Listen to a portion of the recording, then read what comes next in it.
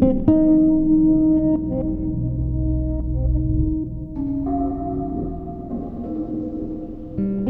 morgue was silent, save for the faint hum of the refrigeration units.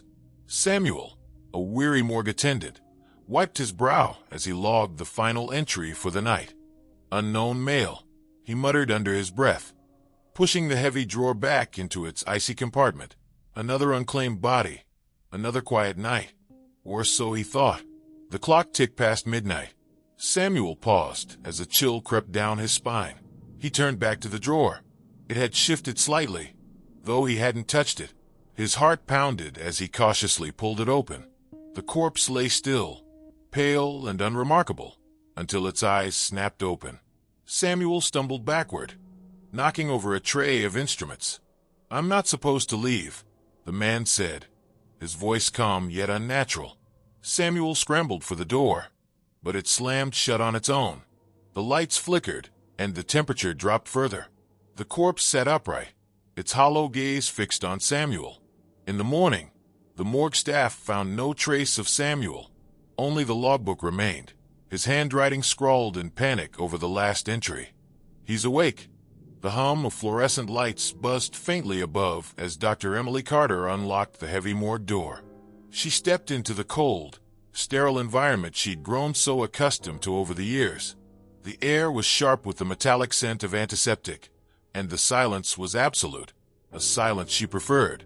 Emily pulled her lab coat tighter, glancing at the clock on the wall. Another long night ahead. She scanned the day's entries in the logbook, her pen tapping lightly against the desk. She paused at one line: unknown male, found at hospital. Unclaimed bodies weren't uncommon, but something about this entry made her uneasy. She shook her head and dismissed the feeling, wheeling her cart toward the freezer. As she opened the heavy steel drawer, a blast of cold air escaped. The body inside was pale, his features sharp and lifeless.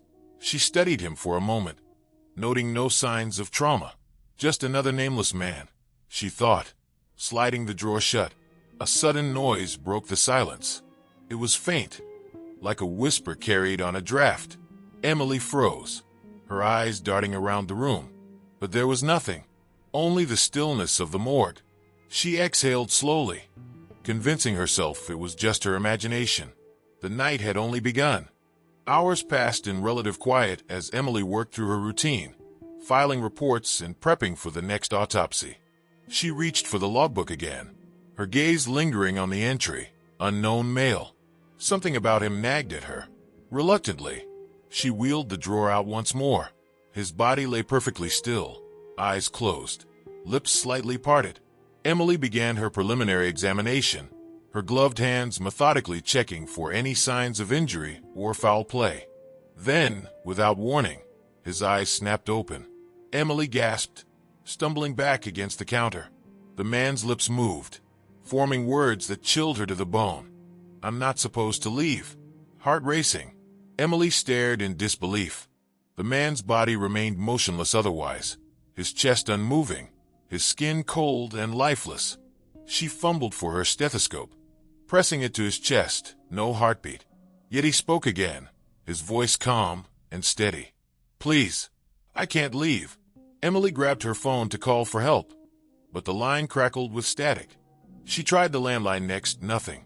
Her pulse quickened as she backed away from the body, her mind scrambling for a logical explanation. "I'll explain," the man said softly. "But you must listen." Emily sat rigid in her chair, the man's words echoing in her mind. She couldn't look away from him, though his eyes had since closed again. The room felt colder, the air heavier. Taking a deep breath, she decided to investigate. The logbook offered no clues, so she turned to the morgue's database. Searching through hospital records, she found a chilling pattern. This same unknown male had appeared multiple times over the past century. Each time, he had been admitted under different circumstances, found dead in alleys, abandoned buildings, or hospital beds. And each time, he vanished from the morgue within days. Emily's fingers trembled as she scrolled through the records. Past morgue workers who handled his body had all disappeared. She found notes from one, dated 1983, describing whispers and unexplainable occurrences before his abrupt resignation and subsequent disappearance. A sudden clatter jolted her. She turned to see a tray of surgical tools had fallen, though no one was near. The whispers returned, growing louder, as though circling her. She stood, her breath visible in the now freezing air. She glanced back at the drawer. It was closed again, though she hadn't moved it. Slowly, she approached, her heart pounding in her chest. When she opened it, the body was gone. A low, gravelly voice echoed around her. "You've seen too much, Emily. It's your turn now." Desperation clawed at Emily as she scoured the archives for answers. She found an old file buried in a forgotten drawer, its pages yellowed and brittle. It detailed a series of experiments conducted decades ago, when the morgue was part of an old hospital. Patients had been subjected to cruel and inhumane procedures under the guise of medical advancement. One name stood out: Patient Zero, the first to die in the experiments. The records described his death as unnatural, his body refusing to decompose, and his spirit tethered to the hospital. He became known as the Eternal Patient, cursed to remain in limbo until the torment he endured was avenged. Emily's heart sank as she read the final lines of the report. The curse spreads. Each soul who touches the Eternal Patient shall share his fate, unless the ritual is completed. The ritual required the cursed to willingly sacrifice themselves, severing the bond and ending the cycle for a time. But if they failed, the curse would grow stronger, consuming more victims. The whispers returned, more insistent now. "Finish it," they urged. Emily realized she was the latest link in a long chain. If she didn't act, she'd meet the same end as her predecessors, and the cycle would continue. Determined, Emily prepared for the ritual, gathering the items listed in the ancient file: salt, candles, and a blade inscribed with runes. The morgue seemed to resist her every move. Lights flickered violently, shadows danced across the walls, and the whispers grew to a deafening roar. As she lit the candles, the drawers began to rattle. One by one, the corpses inside emerged, their lifeless eyes locked onto her.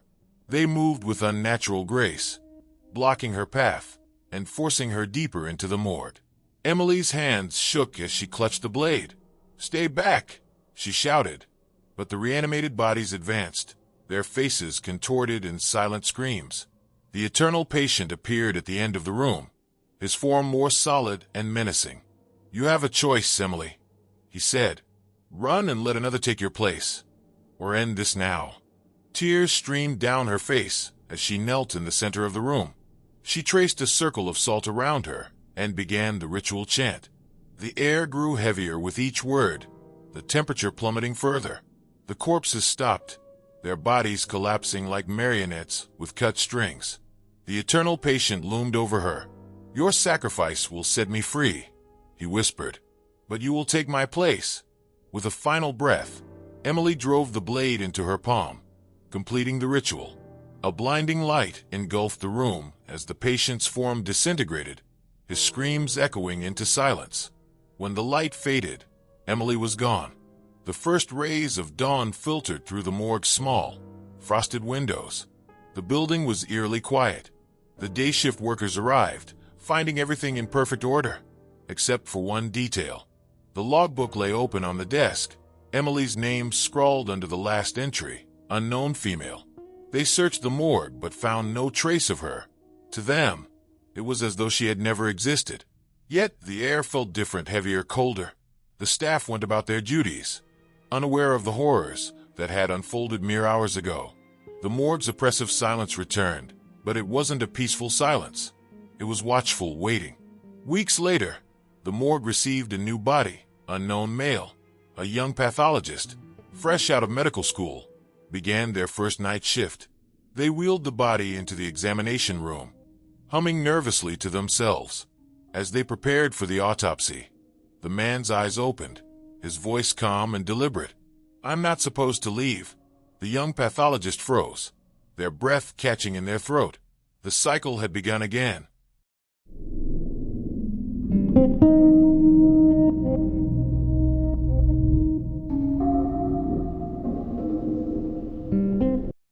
was filled with the hum of machinery, the sharp glow of dials and monitors casting harsh shadows on the walls.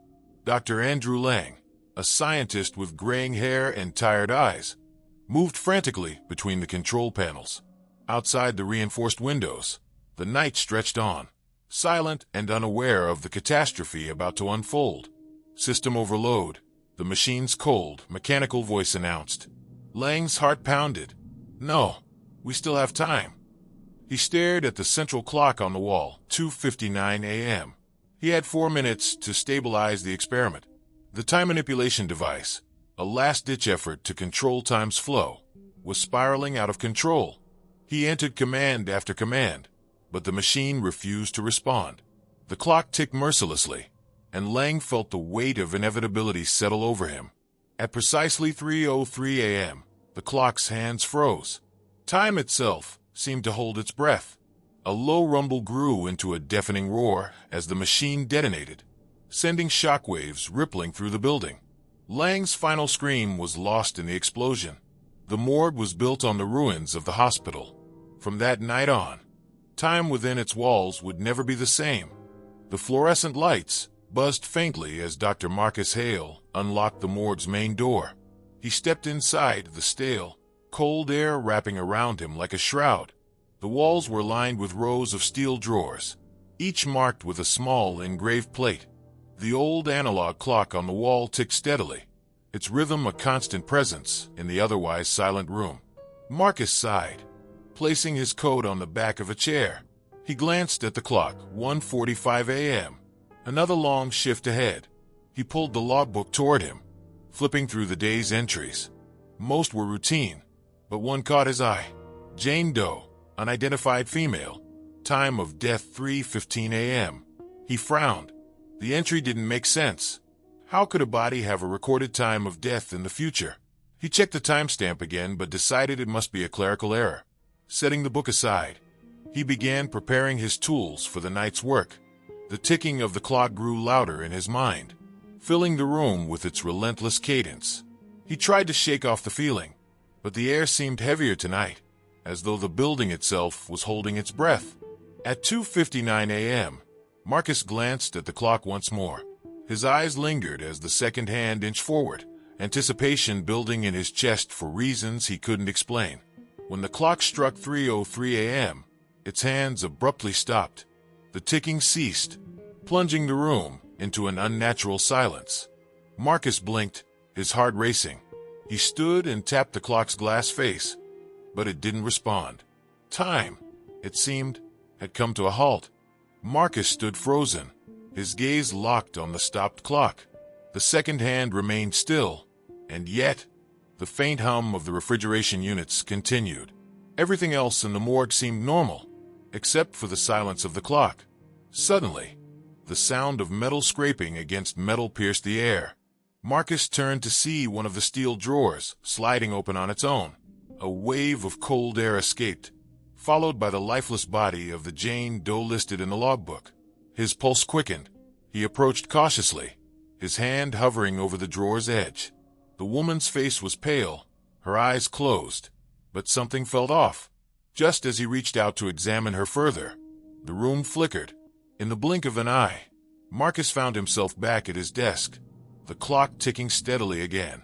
His logbook lay open to the same page, as if nothing had happened. He glanced at the time, 2:59 a.m. Confused, Marcus replayed the events in his head. The drawer, the body, the clock stopping. Had he imagined it? But as the clock struck 3:03 a.m. again, its hands froze once more. The same scraping sound echoed as the drawer slid open, revealing the same lifeless Jane Doe. Marcus's breath caught in his throat. Everything repeated exactly as before, down to the flickering lights and the icy chill in the air. Panic began to set in as he realized he was trapped in a loop. Marcus spent the next loop testing the limits of his situation. At first, he moved small objects, a pen, a clipboard, to see if they would remain out of place. But as each loop reset, every item returned to its original position. At exactly 3:03 a.m., the loop would start again. The clock froze, the drawer opened, and Jane Doe's lifeless form was revealed. Determined to find answers, Marcus combed through old records. He discovered a strange coincidence. Every body currently stored in the morgue had a time of death recorded between 3:03 and 3:33 a.m. He flipped through pages, his unease growing with each entry. This window of time wasn't confined to one night or even 1 year. It spanned decades. Marcus searched further, his fingers trembling as he unearthed an archived file labeled Incident Report. 3:03 a.m. Experiment Failure.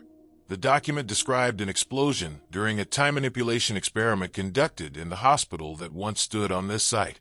The report mentioned a Dr. Andrew Lang, who had perished during the experiment. His body was never recovered, but witnesses claimed the clock in the lab stopped at exactly 3:03 a.m., the same moment the experiment failed. Marcus leaned back in his chair, the pieces falling into place. The morgue, built on the site of the old hospital, had become a temporal anomaly, trapping those who died within the cursed time frame. The thought chilled him to the core. He was not just trapped in a loop. He was trapped with the echoes of those who had died in its grasp. The next loop began with the familiar click of the clock, halting at 3:03 a.m. Marcus felt his resolve harden. He needed to find a way to break the cycle. Diving deeper into the archived files, he uncovered more about Dr. Lang's experiment. The goal had been ambitious: to manipulate time, allowing patients on the brink of death a second chance at life. But the experiment had failed catastrophically, tearing a rift in time itself. Marcus's hands trembled as he read the final page. The only way to reset the anomaly is to stabilize the core. The document included detailed instructions for accessing the remnants of the machine, hidden beneath the morgue in a sealed sublevel. With renewed determination, Marcus searched the morgue for any sign of the sublevel. In the cold storage room, he found a loose tile. Beneath it was a hatch, rusted but still functional. He pried it open and descended into the darkness. The air grew colder as he reached the sublevel. There, among the debris, lay the remnants of the time manipulation device. Its once gleaming metal was now corroded, but its core still pulsed faintly with energy. The instructions were clear.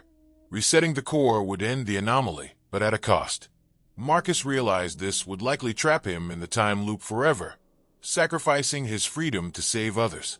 The loop restarted as Marcus stood in the sublevel, the dim glow of the machine's core lighting his path.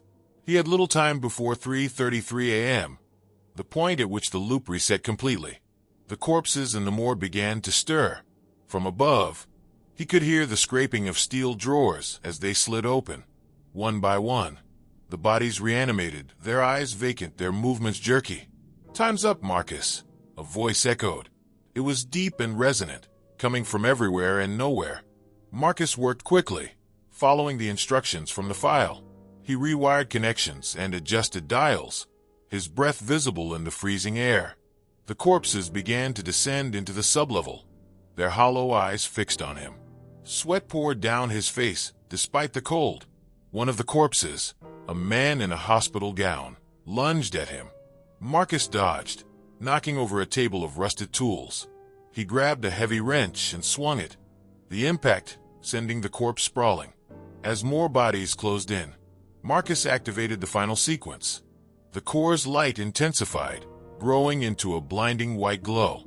The corpses froze mid-step, their forms flickering as if caught between two moments in time. "Marcus," the voice called again, softer this time. "You've done it." The core pulsed once, then dimmed.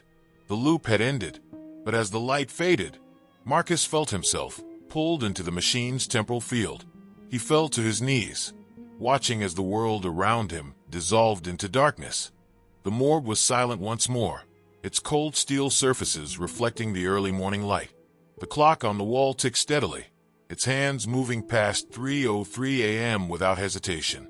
The morning staff arrived to find the night's records incomplete. Dr. Marcus Hale was nowhere to be found, his coat and belongings left neatly at his station.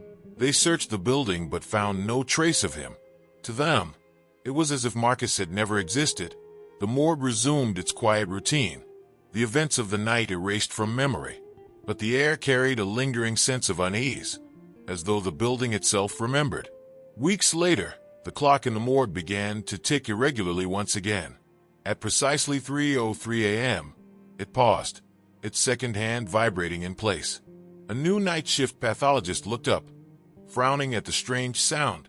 In the cold storage room, one of the steel drawers shifted slightly. Inside, Marcus's lifeless body lay still, until his eyes opened, glowing faintly in the dark. The loop had found its new keeper.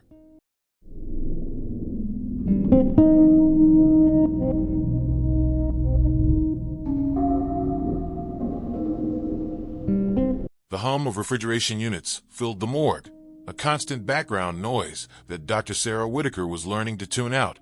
It was her first night alone on the job, and she had spent most of it organizing tools, labeling samples, and getting accustomed to the sterile, quiet environment. The room was bathed in harsh fluorescent light, reflecting off the polished steel surfaces of the storage drawers. Sarah stood at her desk, filling out a routine report. Her green eyes flicked up to the analog clock on the wall. 2:47 a.m. She sighed and stretched her shoulders. As she prepared to leave the examination room for a short break, something caught her attention. One of the morgue drawers was slightly ajar. She frowned, stepping closer. The drawer wasn't empty. A body lay beneath a white sheet, its edges neatly tucked in, except at the top, where the sheet had shifted slightly, revealing a pale, lifeless hand. Sarah hesitated, her pulse quickening. She reached out to adjust the sheet, but a sudden chill ran down her spine. She pulled back, shaking her head. "Just tired," she muttered, turning off the lights. But as she left, she thought she saw the sheet move again in the darkness. The fluorescent lights buzzed as Sarah stepped back into the morgue after her break. She clutched a steaming cup of coffee, hoping the caffeine would chase away the unease from earlier. The silence in the room was deafening, broken only by the steady hum of refrigeration units. She set the cup down and approached the desk, picking up the logbook to review the night's entries. Everything seemed routine. A few natural deaths, one overdose, and a case of suspected foul play. Yet, her gaze kept drifting toward the drawer that had been ajar earlier. Determined to shake off the feeling, Sarah pulled on her gloves and prepared the tools for the next examination. She opened the drawer fully, revealing the pale, lifeless body of an elderly man. His features were gaunt, his skin almost translucent under the harsh lights. Sarah methodically began her work, noting details, collecting samples, and dictating observations into her recorder. Once finished, she placed the tools aside and gently covered the body with a fresh white sheet. She hesitated for a moment, ensuring everything was neat, before sliding the drawer back in. As she returned to her desk, a strange sensation prickled at the back of her neck. She glanced up. The sheet on the drawer was no longer perfectly smooth. It had shifted, bunched slightly around the body's shoulders. Her breath caught. She hadn't touched it since covering the man. Slowly, she rose and walked over, her footsteps echoing in the sterile room. She reached out to smooth the sheet, her hand trembling slightly. A nervous laugh escaped her lips. "Just air displacement," she whispered, forcing herself to believe it. But as she turned away, the unease settled deeper. Sarah kept her eyes on the drawer as she returned to her desk, her fingers tapping nervously against the logbook. She couldn't shake the feeling that something was off. Every few minutes, her gaze flicked back to the drawer, expecting to see the sheet disturbed again. Finally, she decided to test her instincts. She retrieved another body for examination, this time a middle-aged woman. The examination proceeded without issue, and once finished, Sarah covered the woman's body with a sheet. She carefully smoothed it out, ensuring it lay perfectly flat. Stepping back, she watched it for a few moments, her arms crossed tightly over her chest. Nothing moved. Satisfied, she turned away and busied herself at the desk. Minutes passed. She flipped through old reports, her mind only half focused on the task. Then, out of the corner of her eye, she saw it. The sheet over the woman's body shifted slightly, a subtle movement, as if something beneath had stirred. Her heart raced. She grabbed her phone and opened the security camera feed. The footage showed the room in grainy black and white clarity, but the sheet remained still in the video. Confused, Sarah stood and approached the body. The sheet had undeniably moved. She peeled it back slightly, revealing the woman's lifeless form, exactly as it had been before. Her pulse thundered in her ears. "It's impossible," she whispered, her voice trembling. But deep down, she knew something unnatural was happening.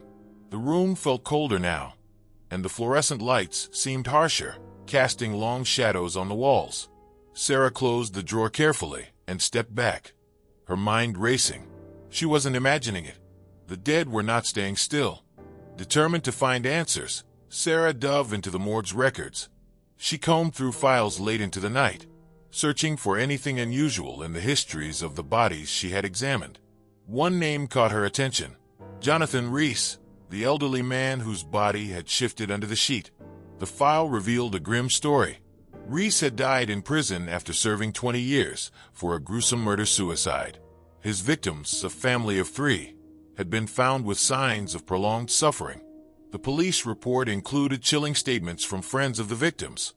They had reported feeling watched in their own home, even after Reese's arrest. Sarah's unease deepened.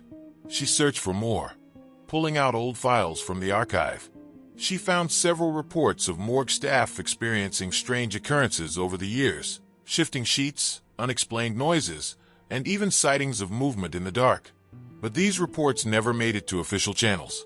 Each one ended abruptly, with the staff member either resigning or disappearing without a trace.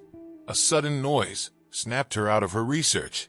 The sound of metal scraping against metal echoed through the room. Her eyes darted to the rows of drawers. One was slowly sliding open on its own, the same drawer where Jonathan Reese's body lay. Her breath hitched as she grabbed a flashlight and approached. The sheet was rumpled, as if the body had thrashed beneath it. She hesitated, then pulled the sheet back. The corpse lay as still as before, its eyes closed, its face serene. But as she replaced the sheet, Sarah swore she heard a faint whisper, just behind her. "It's not over." Sarah's resolve hardened. She had to see it for herself. Setting up her phone to record, she positioned it to capture the drawer containing Jonathan Reese. She sat at her desk, watching the live feed on her screen.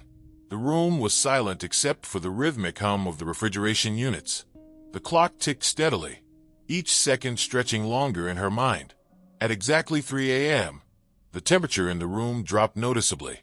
Sarah pulled her coat tighter around her shoulders, her eyes fixed on the screen. The sheet on Reese's body began to shift again, this time more noticeably. Slowly, it rose, as though something beneath was pushing against it. Her heart raced. The figure under the sheet sat up slowly, the fabric clinging to its form. Sarah's breath quickened as she stared, frozen in place. The whispers returned louder now, unintelligible but filled with malice. The lights flickered, plunging the room into momentary darkness. When they stabilized, the figure stood on the slab, the sheet sliding to the floor. Reese's corpse stood before her, its pale face gaunt, eyes wide open. Sarah scrambled backward as the corpse stepped off the slab, its movement stiff but deliberate. It advanced toward her, its lifeless eyes locked onto hers. The whispers crescendoed, filling the room with an overwhelming sense of dread. Sarah's hand fumbled for a weapon and landed on a scalpel. She raised it, her hand shaking. The lights flickered again, and the room was plunged into total darkness. When the lights returned, Sarah found herself backed into a corner, the scalpel clenched tightly in her hand. Her chest heaved as she struggled to catch her breath. The corpse of Jonathan Reese lay collapsed on the floor, lifeless once more.